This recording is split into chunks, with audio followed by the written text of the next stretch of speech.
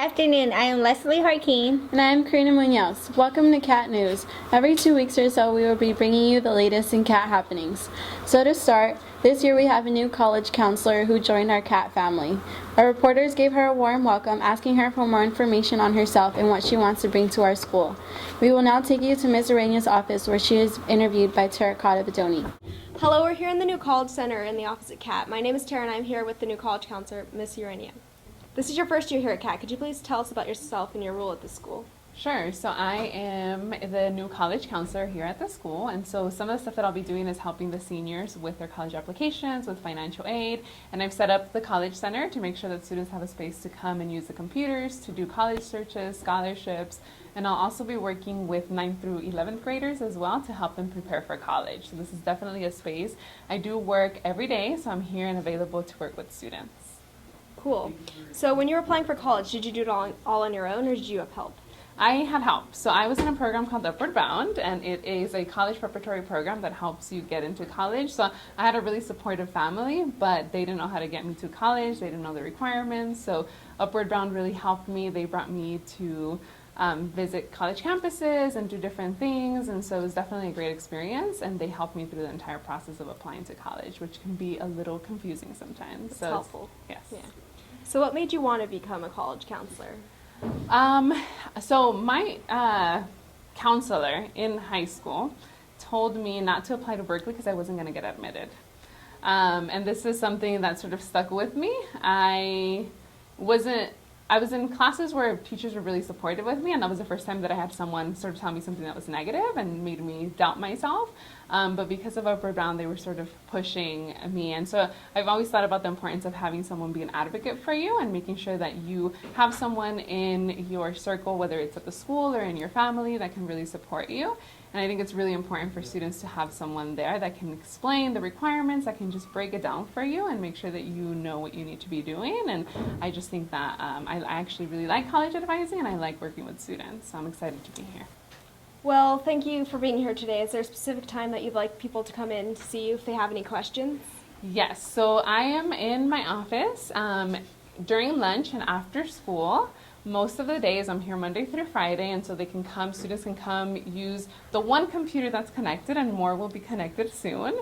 And then you're also welcome to come during class time if your teacher gives you permission. So you must make sure that your teacher gives you permission. You can call down and see if I'm in my office, and then you can come and we can definitely help you. Or you can also reach me in my email and we can set up an appointment. So it's definitely an open door policy. Awesome. Thank you for your time. Back to you, Karina. I'm sure we are all excited to have her here. Coming to the end of last year's school year, our school was introduced with the opportunity to go to Costa Rica with the 9th grade science teacher, Ms. Magnuson. Now that we are back from our summer vacation, we have received more information on that trip.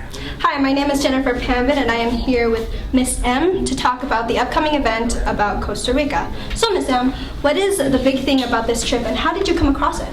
Awesome, thanks Jennifer. So the big thing about this trip is that we're taking 20 students to Costa Rica for 7 days and 6 nights over spring break, our second spring break. And we're really excited to be able to see the country. I heard about it because I got a phone call that said we have this opportunity. Are you interested? And I said, of course, I'd love to take kids to Costa Rica. Cool. So what will students be doing during their stay in Costa Rica?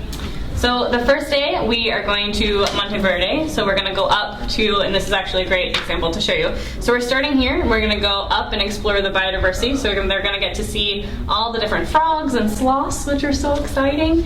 And then we're going to go to Arenal, which is this volcano. Oh, sorry, and we're doing the zip line, which is awesome. So we're going to zip line. Then we go to Arenal, which is an active volcano in Costa Rica. From there, we're going to learn how to cook, and we're going to do some dancing, and then we're going to take a whitewater rafting trip down to the southern part of Costa Rica, and then we're going to spend some days on the beach, and then we come home. Sounds like fun! From this experience specifically, what do you expect students to learn from this? Awesome. So it's a biodiversity trip. Costa Rica has the most biodiversity out of any country in the world. So they should be learning all about the different science around Costa Rica, and they're going to be getting AP Environmental Science credit for it, which we're... So how much does this trip cost, and how will you cover it? Great question. The trip is costing about $3,000 per student, so we're looking about raising about $60,000 in the next 4 months. How much are we covering it? Right now, we're going to cover as much as we possibly can. We've applied for grants. We're doing bake sales every single Wednesday after school. We also are going to help with the homecoming dance. We're looking at doing a community yard sale for everybody, whoever wants to sell anything, and splitting profits, and different kind of fun events like penny wars, which you guys will be hearing about. Cool. Well, thank you for your time, and back to you, Leslie. Thank you, Jennifer. Good luck to you, Ms. Magnuson, and your students going to Costa Rica. I am sure we will be happy to advertise any fundraising your group will be conducting. So another exciting upcoming event is the Lip Dub. Another one of our reporters met with the ones who brought the idea to our school.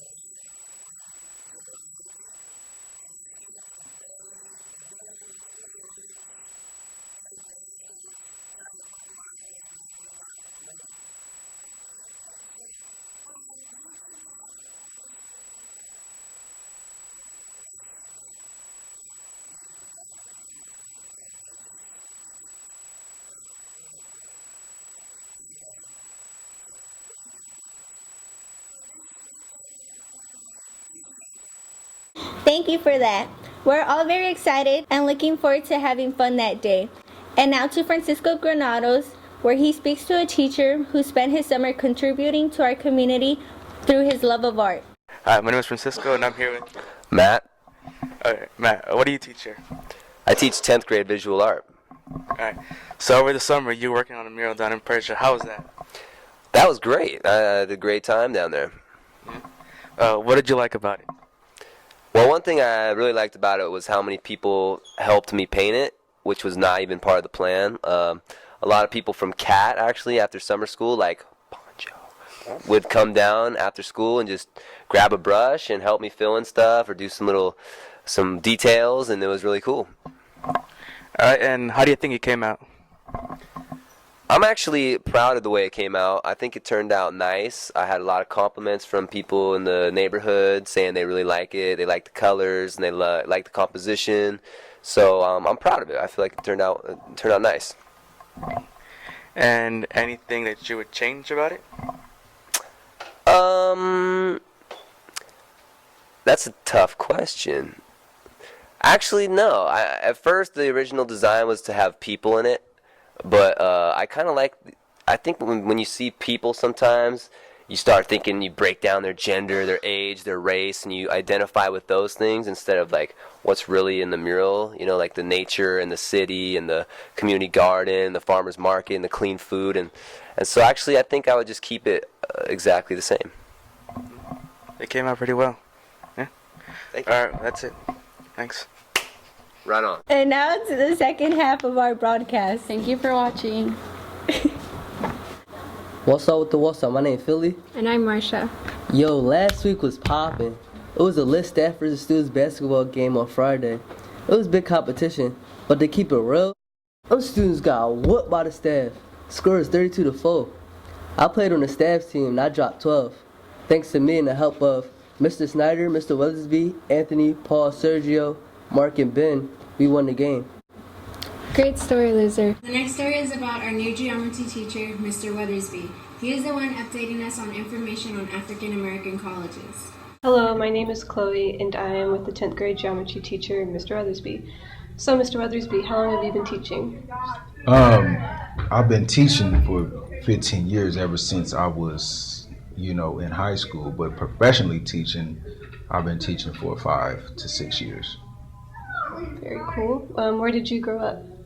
I grew up in San Francisco, Bayview, Hunters Point, Stand Up, Candlestick Park, Nice. What was your first teaching experience like? My first teaching experience was great. The first class that I taught was a Casey prep. So we had all these students who hadn't passed the Casey. And so I came in the middle of the year and we got about 90% of them passed the high school exit exam and were able to graduate and go on to bigger and better things. Okay, so I heard that you were a former Metro teacher. How was the transition from Metro here to CAT? Oh, it was pretty smooth. I mean, Metro, CAT, we sister schools. It's all a family. It's all love, So it's all the same thing, same rules, same support. So the transition was just very smooth. It was nothing hard about it. Okay, I heard that you are also very involved with your church. What exactly do you do there? Oh, so I'm a youth leader. I'm a minister at the church. I'm a Sunday school teacher. And so basically the word ministry just means to serve. A lot of people don't even really understand that. So that's why you have foreign ministers and things like that. So basically I just work with the young people in terms of getting them a relationship with God, with their parents, getting them to college, getting them ready for different things, jobs, application, all kind of things, just life, getting ready, getting married, going to the prom, different things like that. So anything you could think of, we're just trying to get them prepared, because if you stay ready, you won't have to get ready. Well, thank you very much, Mr. Weathersby. It was very nice meeting you. Nice meeting you too. Thank you, Chloe and Mr. Weathersby. Here's Terracotta with singer Alan to discuss exciting changes at CAT. Hello, I'm Tara and I'm here with the principal, Senior What are your plans for this school year? How are you doing, Tara? I'm good. Good. We got a lot on our plate this year. This is CAT's 10th year, so we're celebrating our 10th year anniversary, and we're just excited to have the most amazing year in the history of CAT. We're trying to we've added a lot of different pieces this year, so for the first time we have an advanced digital media class. We have the photojournalism class that you're part of and the CAT News is part of. We've added a leadership class, so student council, and they're planning all kinds of amazing events. So I really think that this is the year that we're going to see the student activities piece really go off the charts. We've already got a number of teachers who are sponsoring clubs, a gamers club, a group going to Costa Rica. We've got a group coming in working with seniors for a talent showcase at the school. So I feel like we're really set to have our best year ever. Can you tell us about the API scores and what that means? Yeah, so I'm really excited about this piece of it. So API stands for Academic Performance Index. So every school in the state of California that's a public school gets what's called an API score. And really that score reflects how your students perform on traditional measures of student achievement. So things like the high school exit exam, the CASE, that our 10th graders take. Our 9th through 11th grade students take these tests at the end of the school year. We're gonna have an assembly to kind of celebrate this, but CAT actually had the highest API growth of any high school in the city of San Francisco. What? Yeah, so we're gonna totally celebrate. I mean, obviously our students are amazing and they've been working really hard, and recognizing that, academic performance is about hard work and keeping after it. And we really turned it on this year, and so we have the highest growth. And there's some other stuff that I'm gonna share in the assembly around how we compare to other high schools in the city. But basically, we have a lot to be excited and a lot to be proud of. And I just have to give it up to students and staff for just doing an amazing job academically, and we're only getting better. All right, thanks. Well, thank you for your time. Right back at you, Marcia. Hey, yo, Marsha, you heard about that numbers game last week? Oh yeah, that one in which the teachers gave you a number before lunch and then you had to look for the student with the same number as you in your grade level. Nah. Oh, wait, yeah, that's it. Yeah, the first 5 winners get free tacos on Taco Day at each grade level. Here's Oscar, Dr. D, to tell us more about this. All right, Monster Campus, and I'm here with Dr. D. Dr. D, also known as the doctor, right? Yes, also known as the doctor. All right. What was it, 2 days ago, yesterday? 2 days ago. Okay, we had this game at CAD where every student was given a random number, and they had to find their partner, the same number they had, and they'd get a free taco. And I take it you're the one that came up with the idea? Yes, I helped come up with the idea. So it was myself, Senior Allen, and Alex. We all got together, and we thought about some ideas that we could use at the beginning of the year to help build community here at CAD. Okay. All right, and do you feel the game was a success? I heard it was a success. I was in detention, so that was Dr. D as the cop. And I remember I was there. Exactly. You were there with me. So I heard it was a success. And I heard the students kind of running through the hallways calling numbers, and I saw students putting numbers on. Yep. And part of the idea was to try to get folks to talk to each other, to meet each other. And so from what I understand, it was a success. A lot of students were able to find their match. So I'd like to think it was a success. All right, well, this has been Oscar and the doctor. Dr. D. Dr. D, and back to you. Thanks for watching, and we'll keep you posted. Well, this is coming out next Monday? Yeah. I'm sure. Then why is he going to say... How far in did it get Paul? I think halfway. Paul, why is he going to say last week's game was popping when it's 2 weeks?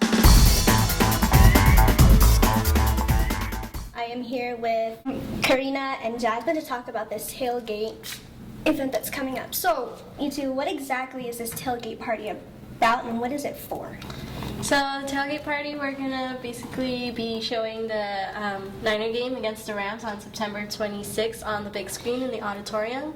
And you know, we just want to have fun and watch the Niners beat the Rams. Also, we're gonna have food, drinks, and we're gonna play it on a big screen. So we want like all family and students to come and celebrate, basically, for the Niners. Why is this event so interesting? Why should people come? What is it that you want people to come and party their hearts out? There's going to be games and opportunities to win prizes. We have a competition for the most spirited and biggest 49er fans, so come dressed in all your gear.